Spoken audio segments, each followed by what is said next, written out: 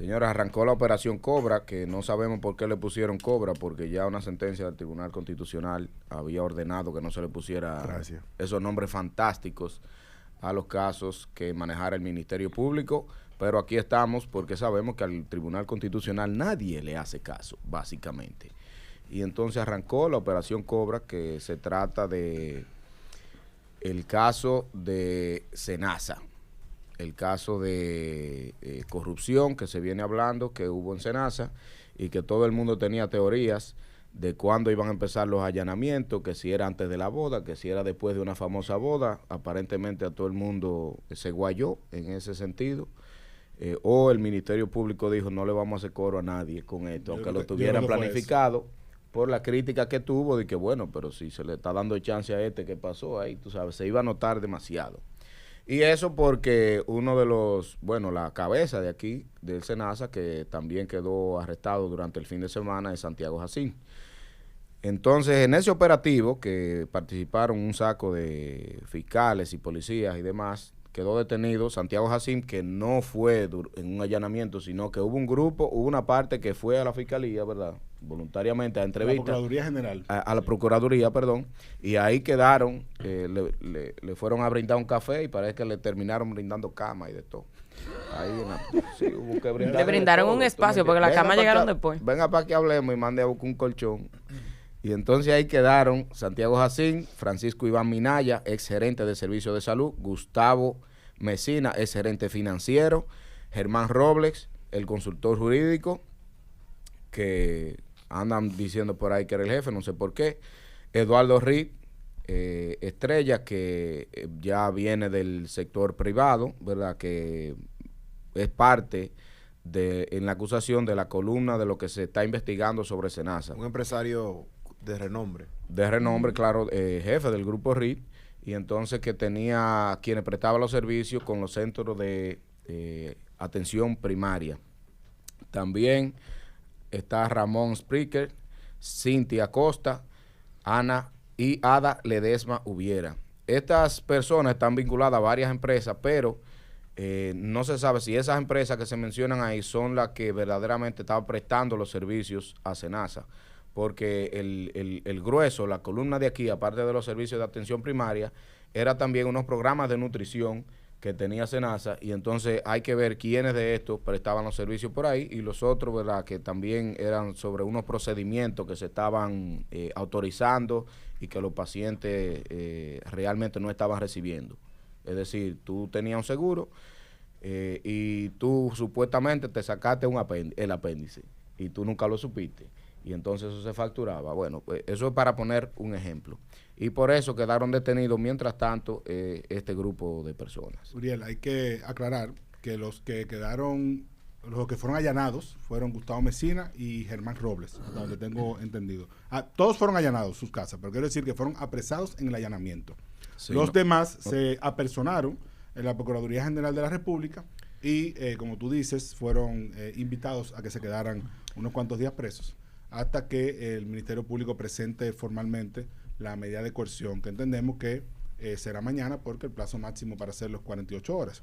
Por igual, hay que recordar que todo esto viene, primero una denuncia que realizaron fuerzas políticas, en el caso de la Fuerza del Pueblo, y varias investigaciones periodísticas que hicieron de la talla, periodistas de la talla de Nuria Piera, Edith Febres y otras más, donde han ido dando a conocer distintos esquemas que presuntamente eran parte de un desfalco que se ha cifrado en algunos casos en 20,000, 30,000, 40,000 millones de pesos. Todavía no hay una cifra correcta, pero entendemos que el Ministerio Público en su medida de coerción indicará más o menos de cuánto se está tratando. Y aunque no tuviese el alcance mediático, ni se hizo ningún estilo así reality de policía, el operativo involucró a más de 20 fiscales, 200 agentes policiales en 12 allanamientos simultáneos en Santo Domingo y otras localidades. Bueno, nosotros dijimos aquí desde el principio, cuando comenzó este tema, que lo más importante era postular por el respeto del debido proceso, que debió haberse hecho antes, claro. Y digo antes, no solamente cuando comenzó este gobierno con los primeros casos, también cuando en su momento Jean Alain utilizó ese mismo mecanismo en el caso de Odebrecht, y que simple y llanamente estas personas pueden perfectamente ser invitados como fueron invitados a la Procuraduría y que se queden presos como se estipuló. Entonces, en este caso particular, estamos hablando de un proceso que toca muy de cerca al presidente de la República, porque justamente ayer el presidente emitió un comunicado reiterando un poco lo que él había dicho, de que no tiene cómplices. Una frase particular. Sí, tengo amigos, no tengo cómplices. Exactamente. Tú sabes que es bueno lo que hizo la aclaración Uriel de cómo funcionaba el esquema, porque en muchos otros casos de corrupción lo que se hace simplemente que, se sustrae dinero de fondos públicos, etcétera, un robo. Pero aquí es mucho más inhumano. Y yo creo que eso es lo que indigna el triple, porque estamos hablando de personas que necesitaban una intervención quirúrgica, de lo que sea, pero nunca llegó. Y sin embargo se facturó como que se hacía y esa gente lo más seguro al final, quién sabe cómo le notificaron o no, eso no fue aprobado. Luego tener tal vez que recurrir a familiares, hacer una recolecta para una operación. O sea, estamos hablando de algo que escala aún más, que eso totalmente, va a contratar la naturaleza misma de la institución, que es el Seguro Nacional de Salud, que vela por la protección a nivel de seguro médico de los más vulnerables. Entonces, creo que estoy de acuerdo aquí con que el presidente haya reiterado su postura. Porque, ¿por qué el presidente tiene que salir a hablar de eso? Bueno, realmente creo que, sin duda, al parecer va a ser uno de los casos de corrupción más delicados en mucho tiempo. Y fue dentro de su gobierno, por lo tanto, él ha sido muy responsable en fijar esa postura. Luego vimos como el CONEP, Codopime y varios medios de comunicación. Que callaron antes. Hasta la Asociación de Limpiabota hizo una declaración. Y todo lo pica. Pero creo que el caso lo amerita. Mucha gente que no tiene 5 amerita años nada, la gente ahora dicen. No amerita nada porque la gente lo que tiene es que, para esto, para la etapa en la que está, todo el mundo debería mantenerse callado. Claro. Porque tú lo que haces es condenar, incluyendo al presidente, condenar desde antes, identificamos casos de corrupción y ahí está eso. O sea, ya, el caso está ahí. No importa lo que tú... Pero ¿por qué tú estás condenando si tú no sabes lo que le compete? No, ¿Tú sabes lo que le compete a Luis? ¿Sabes lo que le compete a Luis? Decirle a la prensa, la verdad que estoy muy dolido porque fue una persona a quien confié y es un Pero ahí amigo. lo está condenando, Julio. Y estoy muy dolido por el proceso. Pero estoy hablando de la persona, porque es una persona. No me vengan a hablar disparate. Claro. No me vengan a hablar disparate. Ya tú lo estás personalizando. Que estamos luchando después que dijo que desmintió a Chanel y que Chanel era un baboso y que él sometió un proceso que era de 40 millones y de repente que él sabe todo, que él está claro. Y lo culpó, básicamente, cuando dijo que no tenía cómplice. Y vuelve ahora el día que lo dejan en la Procuraduría y tiene un informe. Y cientos de lambones mandando comunicados. Lambonazo todito. ¿Dónde estaban los comunicados del PLD? No, así no. Eso no está bien. Si es culpable, que lo tranquen 100 años. Se pudre en la cárcel. Perfecto. Ahora bien, ¿y cómo diablos lo mandan para su casa de tigre ahora? Cuando el presidente y un saco de lambones tiran comunicados, incluyendo el CONEP. Que te voy a decir una cosa. Hace sentido que el CONEP hable en este caso porque hay una Perdóname, empresa involucrada. Aquí vino nuestro amigo César Tarrán y yo le hice la pregunta sobre ese tema cuando salió lo de Senasa. Que qué pensaba el CONEP y no me respondió. No la respondió. Y ahora el CONEP, que tiene 5 años sin hablar, en este caso sí sale. Claro, qué pendejo. Eso fue lo primero que yo pregunté. No recuerdo al CONEP habiendo dicho algo en los casos anteriores, ¿por qué en este sí? ¿Cuál es la diferencia? Que ahora nos dimos cuenta, toda la sociedad, no solo el CONEP, toda la sociedad, que todo lo que se había hecho con estos shows no sirvió para nada y estaba mal. Hoy nos dimos cuenta. No nos dimos cuenta en todos los otros casos donde también hubo gente afectada que no tenía culpa, que también salieron hasta absueltos por sentencia, donde había familiares que hasta algunas personas cometieron los peores hechos a ellos mismos por la situación de presión y de ansiedad que esto les generó. Gente que perdió dinero porque le embargaban la cuenta sin tener que estar en el caso. Ahora molesta. Pero durante 5 años no molestó. Pero tenía que tomar acción, Fran, tenía que tomar una postura. Está involucrado el sector privado, el sector empresarial. ¿Quién es el representante del país? Y antes no hubo empresa. El CONEP. Bueno, pero Iván, entonces que se perpetúe esa mala acción de no decir nada. Tú lo que estás defendiendo. No estoy defendiendo nada. Los intereses de tu partido. ¿Pero qué partido? Claro, mi hermano, está involucrado el sector empresarial porque siempre aquí ha habido una tradición de que toda la corrupción es solamente del gobierno. No, cuando hay corrupción del gobierno tiene que haber un involucrado para este tipo de esquemas del empresariado. variado. Por lo tanto, el CONEP tiene que pronunciarse. Y más cuando estamos hablando del grupo RIC. El CONEP debería pronunciarse cuando haya una condena. Claro, de acuerdo. ¿Pero qué fue lo que dijo el CONEP? Cuando haya una condena. Respaldamos que se haga la investigación y que se respete el debido proceso, eso está bien. Debió decirlo en el 2020 también, cuando comenzó Operación Pulpo. Pero lo dijo ahora, debió una cosa no decirlo, quita la otra, Fran. Perdóname, debió decirlo con Operación antes, Calamar. pero qué bueno que lo está diciendo ahora. Debió decirlo con la Operación Coral. Debió Debió decirlo con todas las operaciones, porque Excelente. si algo deben hacer las instituciones y los gremios es postular por el respeto a los principios de la justicia, porque aplican a todo el mundo. Pero te la doy, No porque Fran. aplican, perdóname, no porque aplican ahora a una gente que le pica cerca. Que le pica cerca. Porque hay nombres sonoros ahora. Hay apellidos sonoros. Antes no. Antes habían apellidos que no eran de nada y no importaba. El indicio de todo esto es que lo van a utilizar a él como recurso de todos los males que ha tenido el PRM. Pero yo te voy a decir una vaina. No a Santiago Jacín. Pero te voy a decir algo. Nosotros lo que hicimos es coherente. Pues yo no puedo venir a decirte una cosa y después decirte otra.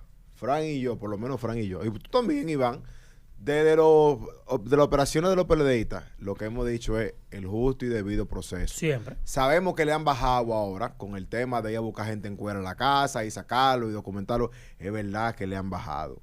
Pues ya no hay más. Pero este tipo de populismo, de hacer declaraciones, lo que está intercediendo con esta gente que son condenadas socialmente antes de que el juez emita una orden.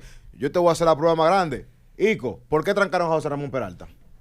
Tú no sabes. Carmen, ¿por qué trancaron a José Ramón Peralta? Tú no sabes. Iván, ¿por qué trancaron a José Ramón Peralta? Tú tampoco sabes. Que yo no estuve de acuerdo. No estuve de acuerdo. Una media coerción, pero no estuve de acuerdo. Pero tú no sabes, ¿verdad?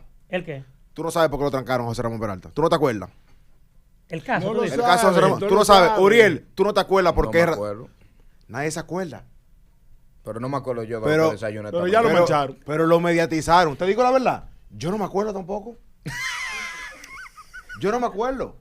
Sí, ya está manchado. Toda esa gente que estuvo preso ya está manchado. Pero a cambio de socialmente nada. aquí condenan la gente porque sí.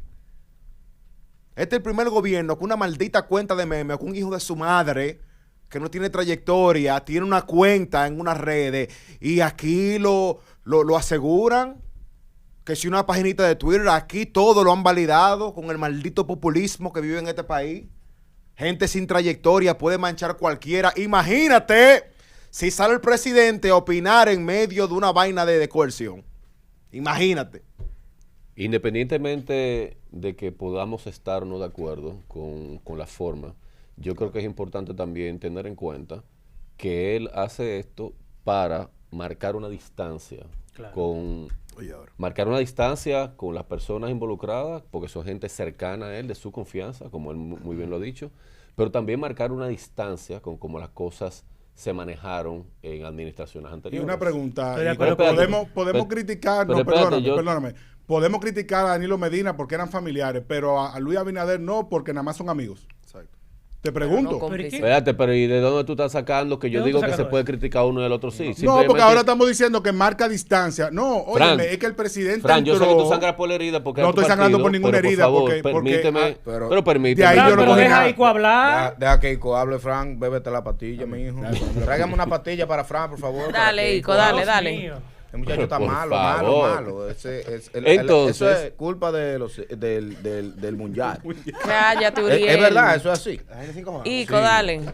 Nada, yo decía que aunque no estemos de acuerdo con la forma, no estemos de acuerdo con que con ese tipo de comentarios realiza prácticamente una condena social, como mencionó Julio, yo creo que lo está haciendo primero por eso, para distanciarse no solamente de la persona que está vinculada socialmente a él, sino también para distanciarse de la forma en la que se manejaron en administraciones anteriores, donde personas cercanas al poder hacían y deshacían y el poder se hacía el de la vista gorda con ellos.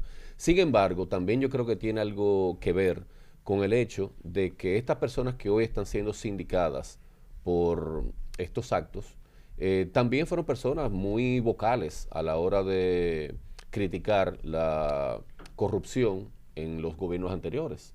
Entonces, yo creo que es un conjunto de muchas cosas que el presidente está tratando de marcar una diferencia. Y de nuevo, usted puede o no estar de acuerdo con la forma y con el momento Lo cual a mí también me preocupa porque obviamente cuando el Poder Ejecutivo se pronuncia de esa manera, pues ya está de alguna forma condenando a las personas antes de que se realice el debido proceso. ¿Tú sabes qué me preocupa? Que tu partido no habla de nada de eso. Tu partido. Opción Democrática. Opción Democrática. Eso existe todavía.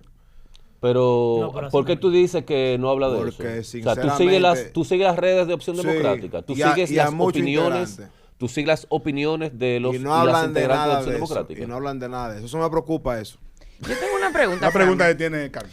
El presidente de la República y Santiago Jacín son amigos. Y eso no es una sorpresa para nadie. Eran amigos, pero voy por parte. Son amigos. El presidente dijo que él se dio cuenta que había como un maco en lo de Senasa y que lo mandó a investigar. ¿Ustedes piensan que el presidente está tan cansado ya de que todo el que está alrededor de él lo traicione, que en este caso particular vio lo que estaba sucediendo y no lo llamó? No le dijo a Santiago, ven acá, porque si hubiese sido yo, que soy el presidente y tú eres mi amigo, yo te llamo, Fran. ¿Qué es lo que está pasando? Yo creo que la cronología de hechos opera en contra del presidente en este caso. Por otra razón por la cual el presidente debió mantenerse. Claro, porque comencemos por el hecho de que el presidente, cuando se hizo pública la denuncia, que la hizo la Fuerza del Pueblo, que también la hizo Chanel Rosa, el presidente se paró y dijo, ay, que la oposición no quiere que le den salud a los pobres, que nadie le hacía caso al seguro antes, que ahí está todo bien, que eso es un déficit normal, etc. O sea, él reconoce que tiene información. Reconoce, pero además no reconoce de nuevo que es mejor guardar el silencio en muchos casos porque opera en contra. Claro, es lo que te estoy diciendo. Entonces, cuando ya sale el desfalco, el presunto desfalco, a la luz pública, entonces el presidente dijo, no, yo tenía información desde antes y fui yo que ordené esa investigación.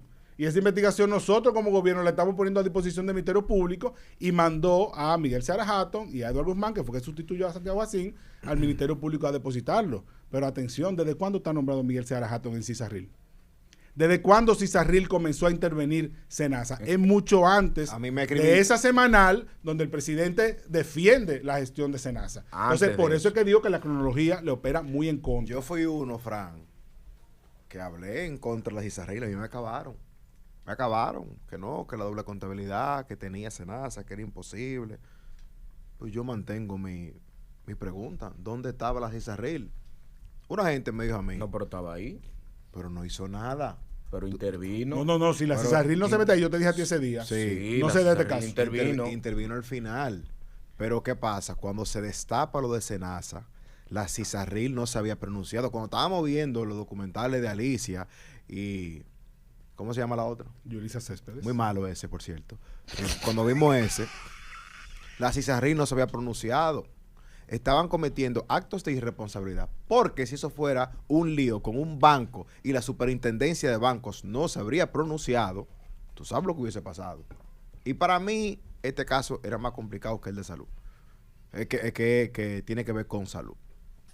Incluso entiendo que habrán más apresamientos del caso de Senasa en los próximos días, porque los montos que se están hablando aquí son exorbitantes y según lo que he escuchado, indigna mucho la trama de cómo fue todo. Tiene que indignar porque a mí me dan la información y me dicen que ellos exigían presuntamente, ¿cierto? Presuntamente. De los honorarios se exigía un 10% a cambio, los que estaban en el entramado de desfalco. Para darle código a las farmacias o a una clínica pedían un 40% de lo producido con el código. O sea que ese era el entramado en la parte de exigirle a los que estaban prestando servicio a Senasa. Otro caso distinto son los de estas empresas que están involucrando, Grupo RIT, Lufthansa, creo que se llama la otra, Intracare, que ya el Ministerio Público emitirá la medida de coerción y dirá cuál era el entramado que había ahí también. Bueno, porque nosotros criticamos con el caso de Grupo RIT que se estableciese un contrato per cápita con un monto asegurado. Es decir, a mí me pagan 50 millones de pesos, vea o no vea pacientes. Bueno, el problema y eso es, no está bien. El problema es también la diferencia, porque imagínate que tú necesitaras los servicios del sector privado para los centros de atención primaria porque no están funcionando lo que tiene el Estado. ¿O no son suficientes? O no son suficientes. El per cápita era de 130 pesos. Sí. Para el sector privado. para el sector público, 22 pesos. ¿Dónde está la prioridad? En el sector privado. ¿Y qué tú estabas ganando con esa diferencia? Bueno, eso se sabrá ahora, porque uno por alguna razón, tal el del Grupo RIAI, claro, ¿verdad? La investigación dirá, todavía no tenemos la acusación. Que dice él, bueno, sus abogados dijeron que él ha estado colaborando con documentación y demás. Ah, no, eso sí.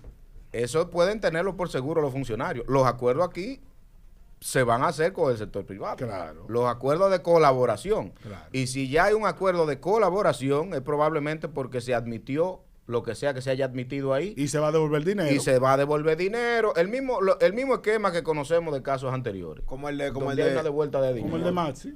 Sí, que ojo, hay que destacar que Danilo no lo conocía bien. Ya. Que él era y tú no tienes un medio hermano que tú no, con el que tú no compartes. Un desliz del suegro. Medio hermano de su esposa. Pero mira, dice por Trotman, corrupción. Uriel, dice Trotman, entré por el compromiso de Fran. siguiendo con el caso de Cizarril, uno de los problemas, porque fíjate qué pasa, aquí estamos confundiendo el déficit del SENASA con el desfalco del SENASA, o con los contratos que tenía SENASA con el sector privado, que hacía que SENASA al final tuviera un déficit y no le pagara a los médicos a tiempo, que esa fue otra de las denuncias que hizo el Colegio Médico Dominicano, donde tampoco se le hizo caso. El Colegio Médico Dominicano está diciendo, señores, hay atraso, el que tiene contacto con médicos sabe que SENASA dejó de pagarle a los médicos, y esa fue una denuncia que tampoco se le hizo mucho caso públicamente. Claro. Y esa es otra de las cosas que le opera en contra, aparte de la denuncia de los partidos, porque tú podrás decir, bueno, es la oposición haciendo oposición, pero el Colegio Médico Dominicano está hablando por los médicos, que dejaron de recibir dinero. Que ojo. Pero, sí. aparte de eso, los contratos que se hacían aquí, siguiendo con el tema de Cizarril, porque no quiero dejarlo pasar, la Cizarril, cuando se dio cuenta, en el 2023, ordenaron terminar los contratos con los planes de nutrición, los famosos planes de nutrición que tenía SENASA, que tampoco estaba dentro de su función. Que eran unos planes donde le otorgaban suplementos nutricionales a niños y grupos vulnerables. Niños y viejos en sentido general. Y también que decía que incluso eso restauraba el 100% de la masa muscular en ancianos. Sabiendo uno, ¿verdad? Que eso es. Aparte de eso, no había un seguimiento de parte de SENASA con esos grupos, pero el caso es que Cizarril ordena que se termine eso en el 2023. Lo de los centros de atención primaria no se terminó sino hasta el 2025, pero por lo menos eso, la Cizarril estaba metida ahí. Ahora que a la Cizarril tenía un pleito directo. Eso es un pleito entre funcionarios y con un funcionario muy cercano al presidente. Claro. No es tan fácil. Con mucho poder. Con mucho poder. Porque acuérdate también, Uriel, que durante la campaña del 2024, que es cuando en el 2024 es que se dispara más el déficit, también había un movimiento político de apoyo a candidatos locales, a legisladores, a alcaldes y demás. Que eso también me imagino que está dentro de la línea de investigación que está llevando el Ministerio Público. Esperemos que sí. Porque si en el pasado dijimos, el robo era, el desfalco era para las elecciones, aquí va a haber que investigar qué se hizo en el 2024 con ese dinero que se desfalcó. Hay que investigarlo profundamente como se hizo con los otros, porque eso fue lo que llevó a que un Gonzalo Castillo terminara en un expediente. No, y preso. Y preso, claro que sí. Y domiciliario sobre todo. Sí, pero también eso nosotros tenemos que lamentablemente medio agradecer ese proceso, porque tenemos la foto icónica de Gonzalo saludando. Se reivindicó ahí. Esa fue la que le dio poner en el Gonzalo. Te digo la verdad, Gonzalo parece que no tiene manera como de caerle mal a la gente. Eso es verdad.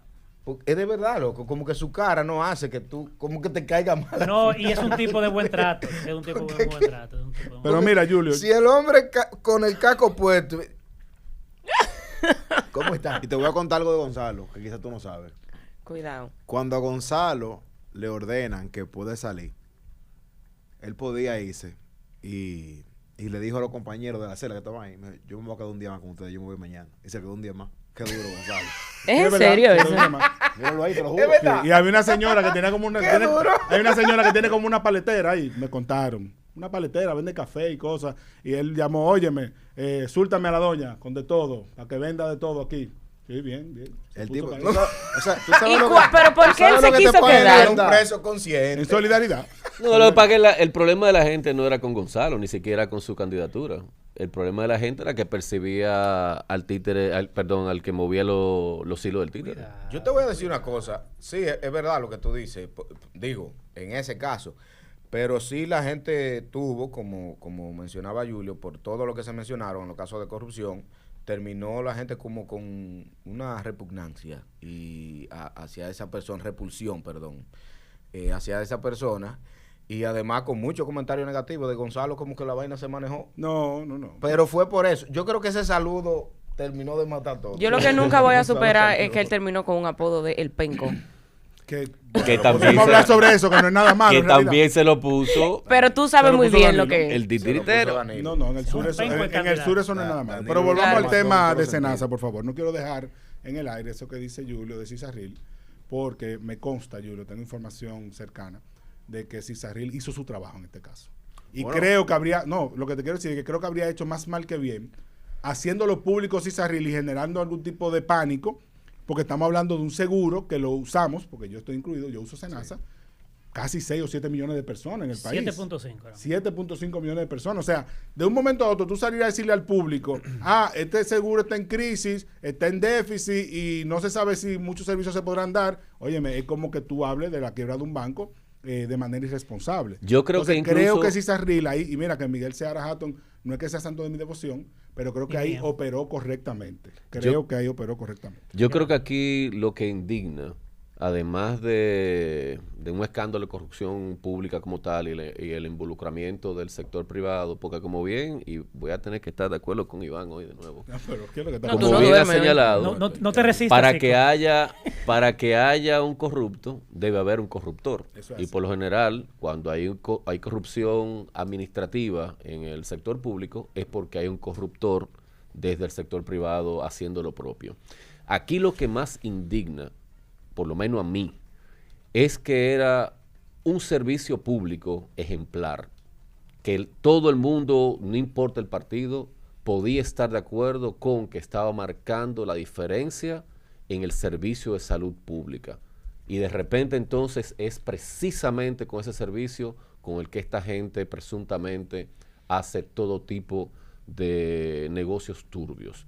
Yo quiero mencionar que la imputación preliminar que ha trascendido es que a este grupo se le acusa de coalición de funcionarios, de prevaricación, de asociación de malhechores, de cobro de sobornos, de estafa contra el Estado, desfalco, falsificación de documentos y lavado de activos. Eso es un contó, básicamente.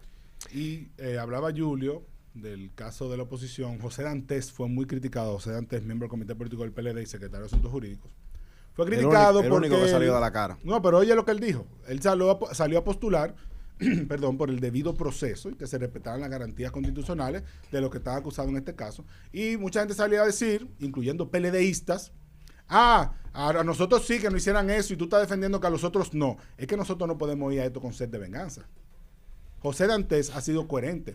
Todo el tiempo pidió respeto del debido proceso y de las garantías constitucionales de todo el que fue acusado dentro del PLD. Él no puede pedir otra cosa para los PRMistas, porque si no él queda como una persona vengativa. Y muy bien por Dantes. Y yo creo que el PLD no puede salir ahora a burlarse o a pagarle con la misma moneda a los PRMistas, aunque haya muchas declaraciones de Santiago Jacín riéndose hasta cierto punto o regodeándose, vamos a decirlo, de que los casos de corrupción del PLD hayan aparecido y que ahora sea él el ojo, el centro de un caso de corrupción. Aún eso no justifica que un miembro de la oposición o un miembro del PLD salga a burlarse de esto. Porque hay que ver más allá de la curva, señores. Hay que ver más allá de la curva. Lo que se generó en este país es una persecución, un uso de la justicia que para mí no es el correcto.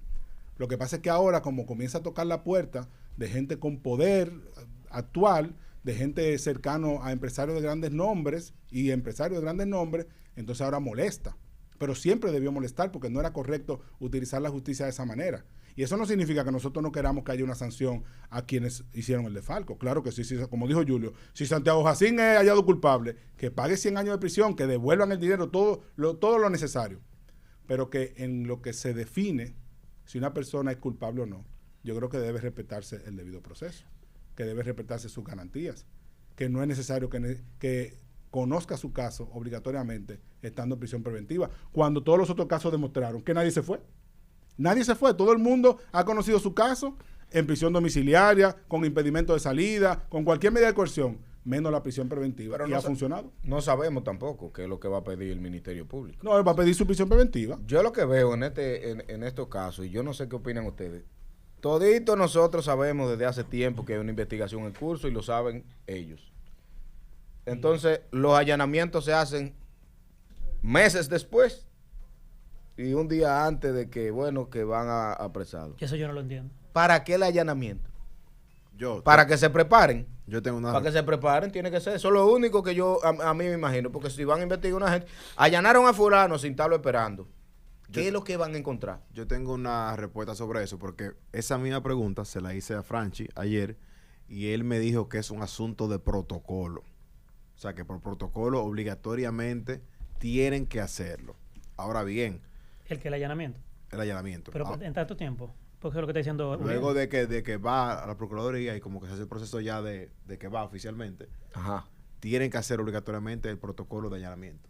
Está bien, lo que yo quiero decir es, el protocolo de allanamiento se debería hacer sin avisarle al que va, porque ya le avisamos.